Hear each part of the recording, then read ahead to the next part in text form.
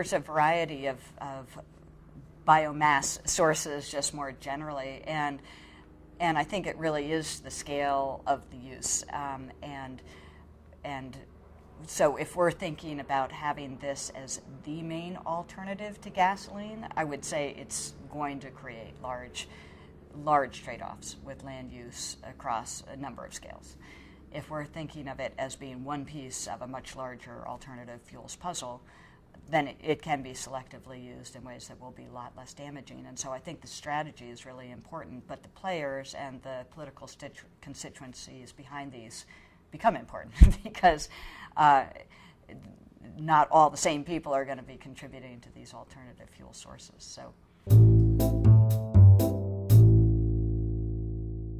well, there's trade-offs with that too, because currently corn waste is actually reincorporated into the soil as a conservation tillage practice. And so if you take that waste and now put it into a fuel, you lose conservation tillage, which is going to allow for a lot more soil erosion. And so that would be a huge trade-off actually in the U.S.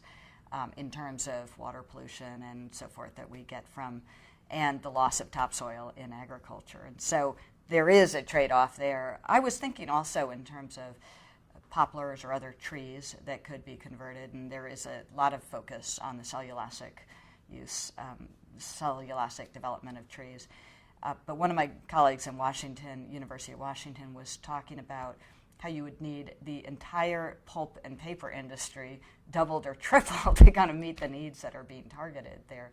And that's causing a lot of people to really worry about what the scale means for that as well. So I think the scale is a big issue. There's no free lunch at the scale we're talking about to get up to 140 billion gallons of gasoline, or even very easily 26 or 30 billion gallons of gasoline. So,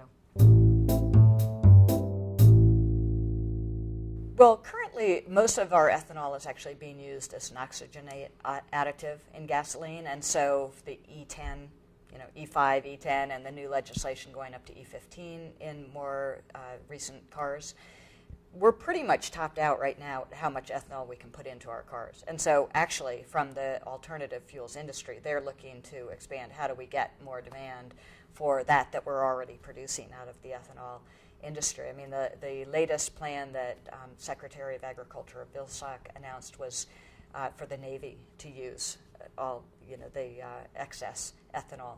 Very surprising based on all our subsidies and other programs that really boost ethanol production in the United States. We're now exporting this year. We're exporting ethanol to Brazil for the first time. It doesn't make any sense at all. So they're trying to expand. We're up against the wall, what they would call the wall, and how much U.S. vehicles can actually utilize ethanol. Anyway.